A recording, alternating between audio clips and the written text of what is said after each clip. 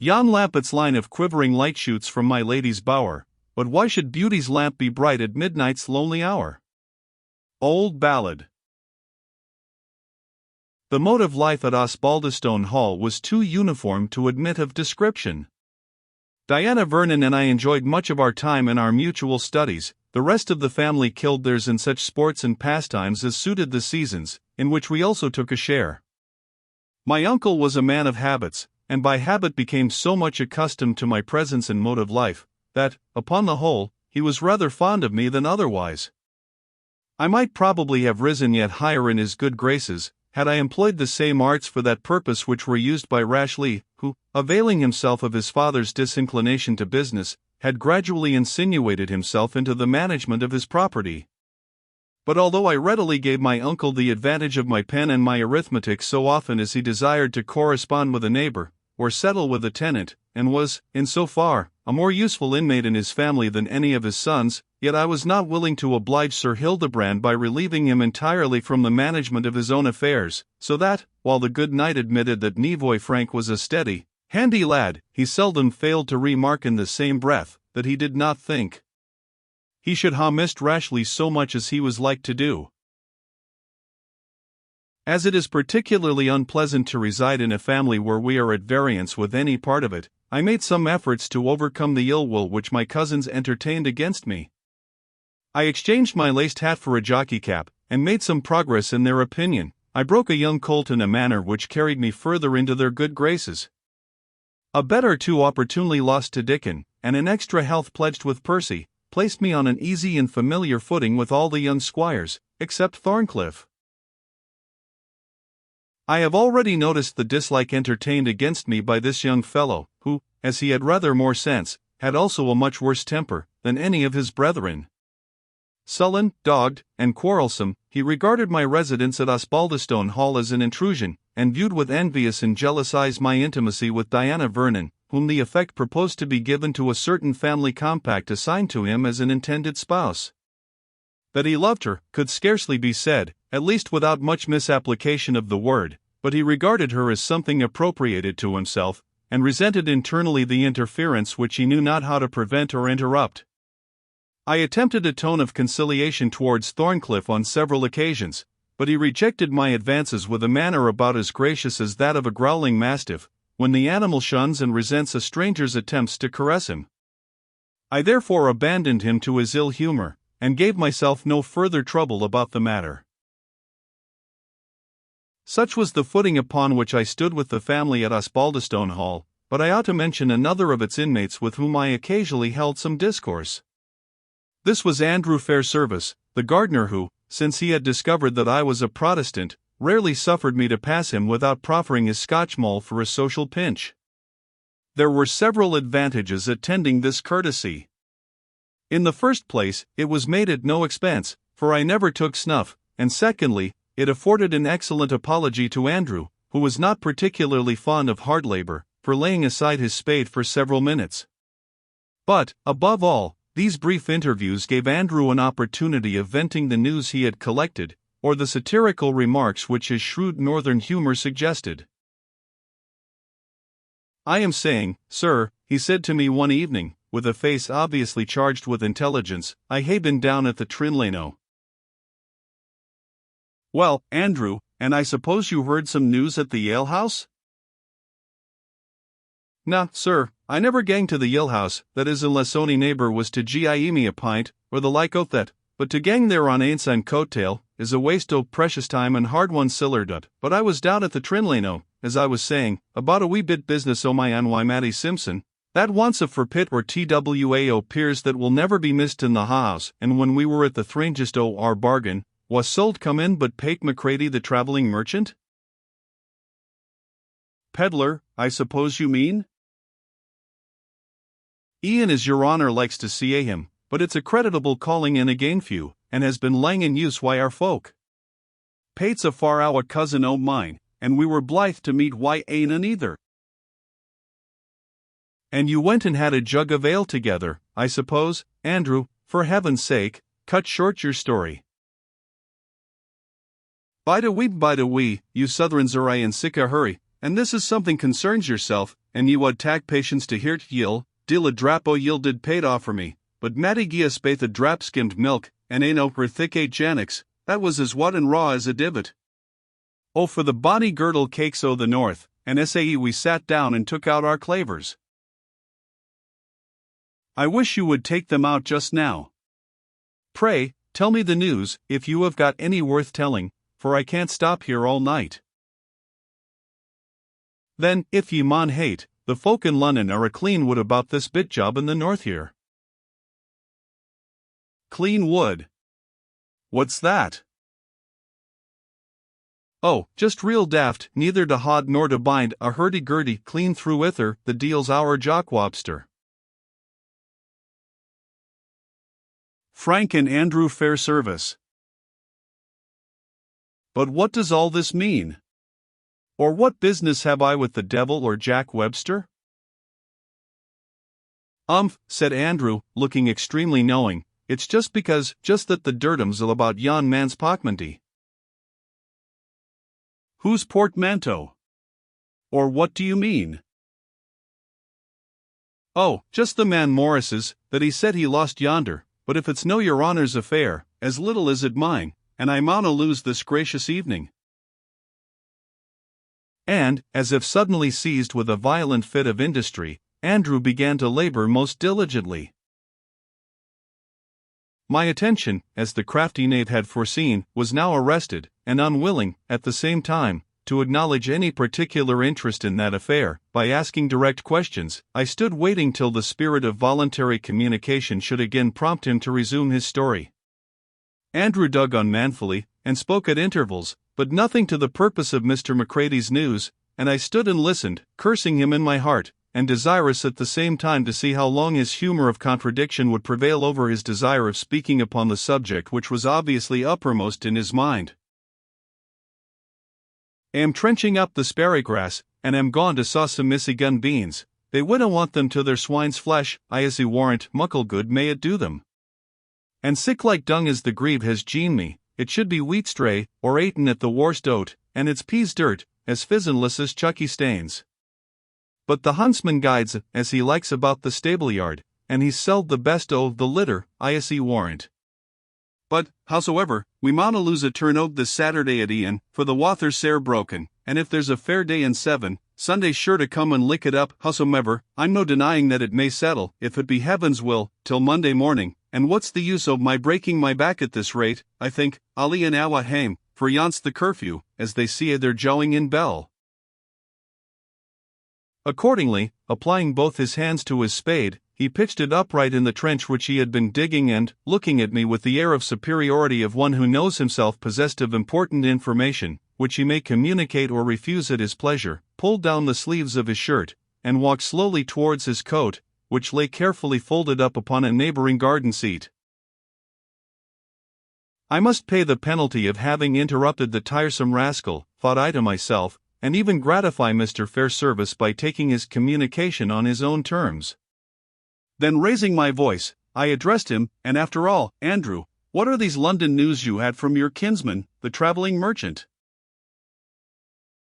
The pedlar, your honour means, retorted Andrew, but seeing him what you will, there a great convenience in a countryside that's scant o' borough towns like this Northumberland, that's no the case. Now, in Scotland, there's the kingdom of Fife, frae Kilross to the east nook. It's just like a great combined city, des mony royal boroughs yoked on end to end, like ropes of Inguns, with their high streets and their booths, nae doubt, and their creams, and houses of stane and lime and forestairs. Kirkcaldy, the sell-out, is langer than ony town in England. I dare say it is all very splendid and very fine, but you were talking of the London news a little while ago, Andrew. Aye, replied Andrew, but I dinna think your honour cared to hear about them. Howsoever, he continued, grinning a ghastly smile, Pate Macready does say that they are sair mistrysted yonder in their Parliament House about this rubbery of Mr. Morris, or whatever they see at the Cheel.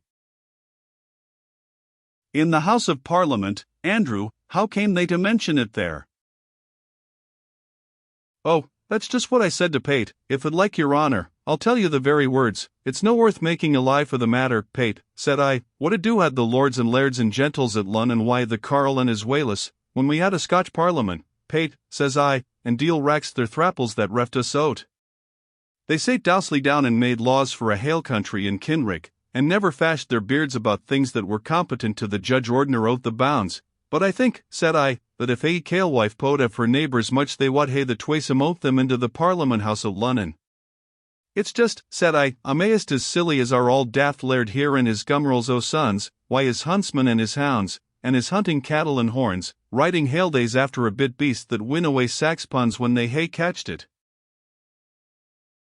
You argued most admirably, Andrew, said I, willing to encourage him to get into the marrow of his intelligence. And what said Pate? Oh, he said, what better could be expected of a ween pock-putting English folk, but as to the robbery, it's like that when they're at the thrang o' their Whig and Tory wark, and crying in on either, like unhanged blackguards, up gets a lang-tongued shield, and he says, that of the north of England were rank Jacobites, and, quietly, he wasna far wrang maybe, and that they had levied a mayest open war, and a king's messenger had been stop-pit and rub-bit on the highway, and that the best bluid. Oh, Northumberland had been at the doing out and mickle gowd ta'en af him, and mony valuable papers, and that there was nae redress to be gotten by reamed of law for the first justice out the peace that the rub-bit man gied to, he had fun the TWA loons that did the deed burling and drinking wy him, wabbit they, and the justice took the word o' the ta'en for the compearance o' the tither, and that they e'en gie him leg bail, and the honest man that had lost his siller was fain to leave the country for fear that war had come of it. Can this be really true? Said I. Pate swears it's as true as that his elwind is a yard lang, and so it is, just bating an inch, that it may meet the English measure, and when the chield had said his worst, there was a terrible cry for names, and out comes he why this man Morris's name, and your uncle's, and Squire Inglewood's, and other folks beside, looking sly at me, and then another dragon o' a chield got up on the other side, and said, wad they accused the best gentleman in the land on the oath of a broken coward, for it's like that Morris had been drummed out o' the army for rinning awa in Flanders, and he said, it was like the story had been made up between the minister and him or ever he had left Lunnon, and that, if there was to be a search warrant granted, he thought the siller wad be fun some gate near to St. James's Palace. Aweel, they trailed up Morris to their bar, as they seate, to see what he could say to the job, but the folk that were agin him, gie him siccan off with Thrugon about his rinnin awa, and about it the ill he had ever doen or said for it the forepart o' his life, that Paddy says he looked mair like ane dead than living, and they couldna get a word o' sense out o' him, for downright fright at their growling and routing. He maun be a soft sap, why a head nae better than a fosy frosted turnip, it wad hae ta'en a hantle o' them to score Andrew fair service out o' his tail. And how did it all end, Andrew? Did your friend happen to learn? Oh, aye, for as his walk is in this country, Pate put off his journey for the space of a week or thereby, because it wad be acceptable to his customers to bring down the news. It's just a geed aft like moonshine and water. The fellow that began it drew in his horns, and said, that though he believed the man had been rubbit, yet he acknowledged he might hae been mistaken about the particulars. And then the other chield got up, and said, he caredna whether Morris was rubbed or no, provided it wasna to become a stain on ony gentleman's honour and reputation, especially in the north of England, for, said he before them, I come frae the North Missile, and I carina a bottle wha kens it. And this is what they see explaining, the ta'en geese up a bit, and the tither geese up a bit, and if friends again. Aweel, after the Commons Parliament had tugged, and rived, and ruggeted Morris and his rubbery till they were tired out, the Lords' Parliament they behoved to hae their spell out. In puir old Scotland's Parliament they assate thegither, cheek by chul, and then they didna need to hae the same blethers twice hour again. But tilt their lordships went why as muckle teeth and goodwill, as if the matter had been at speck and span new. Forby, there was something said about ane Campbell, that sold hae been concerned in the rubbery, mair or less, and that he sold hae had a warrant frae the Duke of Argyll, as a testimonial o' his character. And this put MacCallum More's beard in a blee eyes, as good reason there was, and he gat up why in unco bang, and guard them a look about them, and wad ram it even down their throats. There was never ane o' the Campbells but was as white, wise, warlike, and worthy trust, as old Sir John the Graham. Now, if your honour's sure ye arena a draps bluid akin to a Campbell, as I am none a missile, say far as I can count my kin, or hae had it counted to me, I'll give my mind on that matter. You may be assured I have no connection whatever with any gentleman of the name. Oh, then we may speak it quietly amang ourselves. There's baith good and bad of the Campbells, like other names, but this Macallan Moore has an unco sway and say baith, amang the grit folk at Lunnon even now, for he canna precisely be said to belong to ony of the TWA sides of them, as a deal any of them likes to quarrel wi him, as a they e'en voted Morris's tale of fause calumnious libel, as they see ate, and if he hadna gene them leg bail, he was likely to hae ta'en the air on the pillory for leasing making. So speaking, honest Andrew collected his dibbles, spades, and hoes, and threw them into a wheelbarrow, leisurely, however, and allowing me full time to put any further questions which might occur to me before he trundled them off to the toolhouse, there to repose during the ensuing day. I thought it best to speak out at once, lest this meddling fellow should suppose there were more weighty reasons for my silence than actually existed. I should like to see this countryman of yours, Andrew, and to hear his news from himself directly. You have probably heard that I had some trouble from the impertinent folly of this man Morris. Andrew grinned a most significant grin, and I should wish to see your cousin the merchant, to ask him the particulars of what he heard in London, if it could be done without much trouble. Nathing mair easy, Andrew observed. He had but to hint to his cousin that I wanted a pair or twao hose, and he wad be wine me as fast as he could lay leg to the grund. Oh yes, assure him I shall be a customer, and as the night is, as you say, settled and fair, I shall walk in the garden until he comes. The moon will soon rise over the fells. You may bring him to the little back gate, and I shall have pleasure, in the meanwhile, in looking on the bushes and evergreens by the bright frosty moonlight. Vera right, that's what I hae aften said, a kale blade, or a cauliflower, glances as say glegly by moonlight, it's like a leddy in her diamonds. So saying, off went Andrew Fairservice with great glee. He had to walk about 2 miles, a labour he undertook with the greatest pleasure, in order to secure to his kinsman the sale of some articles of his trade, though it is probable he would not have given him 6pence to treat him to a quart of ale. The goodwill of an Englishman would have displayed itself in a manner exactly the reverse of Andrew's, thought I, as I paced along the smooth-cut velvet walks, which, embowered with high hedges of yew and of holly, intersected the ancient garden of Osbaldistone Hall. As I turned to retrace my steps, it was natural that I should lift up my eyes to the windows of the old library, which, small in size, but several in number, stretched along the second story of that side of the house which now faced me. Light glanced from their casements. I was not surprised at this, for I knew Miss Vernon often sat there of an evening, though from motives of delicacy I put a strong restraint upon myself, and never sought to join her at a time when I knew, all the rest of the family being engaged for the evening, our interviews must necessarily have been strictly tete-a-tete.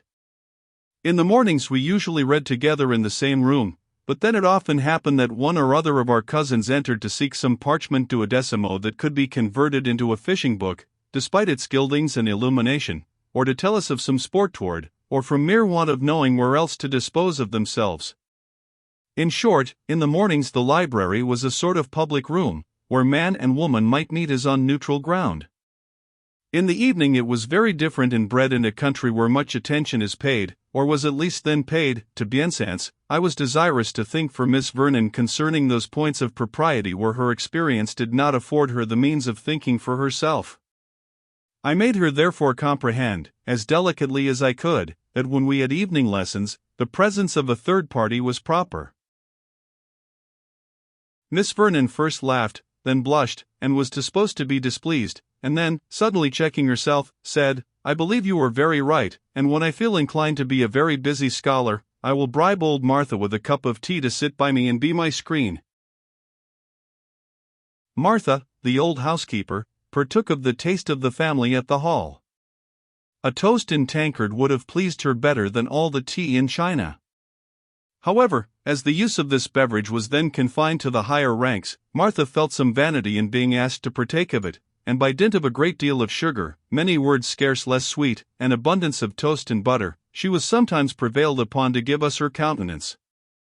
On other occasions, the servants almost unanimously shunned the library after nightfall, because it was their foolish pleasure to believe that it lay on the haunted side of the house. The more timorous had seen sights and heard sounds there when all the rest of the house was quiet, and even the young squires were far from having any wish to enter these formidable precincts after nightfall without necessity. That the library had at one time been a favorite resource of Rashleigh, that a private door out of one side of it communicated with the sequestered and remote apartment which he chose for himself, rather increased than disarmed the terrors which the household had for the dreaded library of Osbaldistone Hall. His extensive information as to what passed in the world, his profound knowledge of science of every kind, a few physical experiments which he occasionally showed off, were, in a house of so much ignorance and bigotry, esteemed good reasons for supposing him endowed with powers over the spiritual world. He understood Greek, Latin, and Hebrew, and, therefore, according to the apprehension, and in the phrase of his brother Wilfrid, needed not to care for gayest or bargayest, devil or Dobby. Yeah, the servants persisted that they had heard him hold conversations in the library, when every Varsal's soul in the family were gone to bed, and that he spent the night in watching for bogles, and the morning in sleeping in his bed, when he should have been heading the hounds like a true Osbaldistone. All these absurd rumors I had heard in broken hints and imperfect sentences, from which I was left to draw the inference, and, as easily may be supposed, I laughed them to scorn.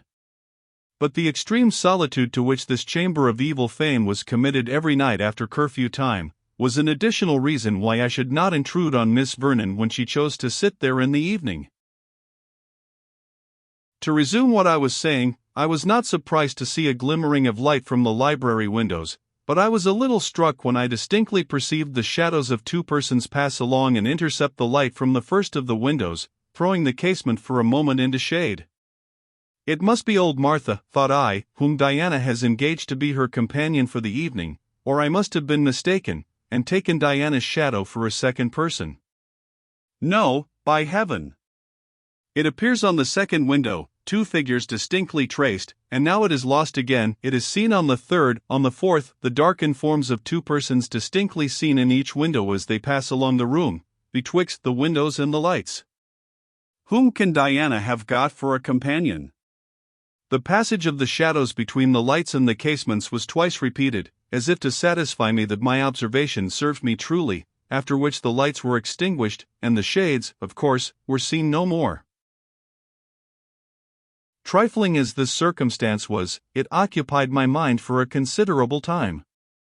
I did not allow myself to suppose that my friendship for Miss Vernon had any directly selfish view, yet it is incredible the displeasure I felt at the idea of her admitting anyone to private interviews, at a time, and in a place, where, for her own sake, I had been at some trouble to show her that it was improper for me to meet with her.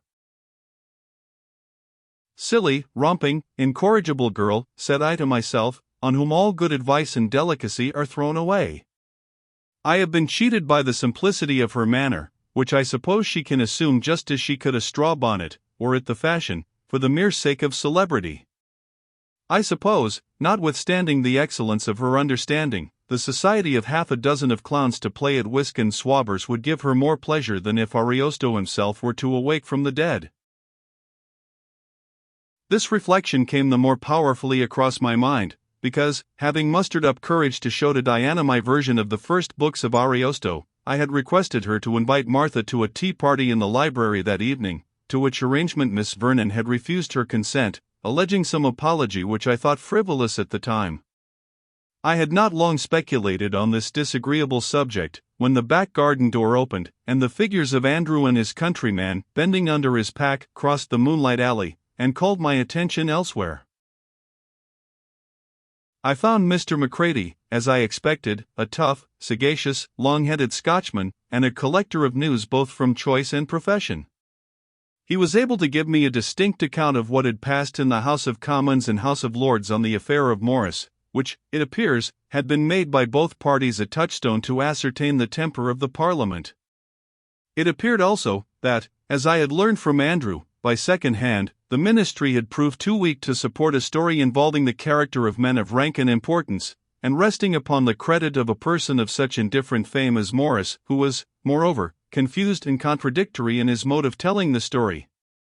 Macready was even able to supply me with a copy of a printed journal or newsletter, seldom extending beyond the capital, in which the substance of the debate was mentioned, and with a copy of the Duke of Argyll's speech, printed upon a broadside, of which he had purchased several from the hawkers, because, he said, it would be a saleable article on the north of the Tweed. The first was a meagre statement, full of blanks and asterisks, and which added little or nothing to the information I had from the Scotchman, and the Duke's speech, though spirited and eloquent, contained chiefly a panegyric on his country, his family, and his clan, with a few compliments, equally sincere, perhaps, though less glowing, which he took so favourable an opportunity of paying to himself. I could not learn whether my own reputation had been directly implicated, although I perceived that the honour of my uncle's family had been impeached, and that this person Campbell, stated by Morris to have been the most active robber of the two by whom he was assailed, was said by him to have appeared in the behalf of a Mr. Osbaldistone, and by the connivance of the justice procured his liberation. In this particular, Morris's story jumped with my own suspicions, which had attached to Campbell from the moment I saw him appear at Justice Inglewood's. Vexed upon the whole, as well as perplexed, with this extraordinary story, I dismissed the two Scotchmen, after making some purchases from Macready, and a small compliment to fair service, and retired to my own apartment to consider what I ought to do in defence of my character thus publicly attacked.